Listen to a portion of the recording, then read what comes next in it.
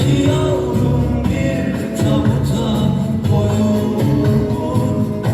Üzülme annem.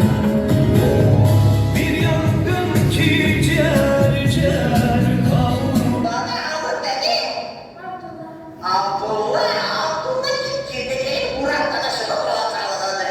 Ay Abdullah, ne geldi yaşın var? 11 ay maşallah. Böyle yeni üç bu oynalarda çubuk çeyse ay Abdullah.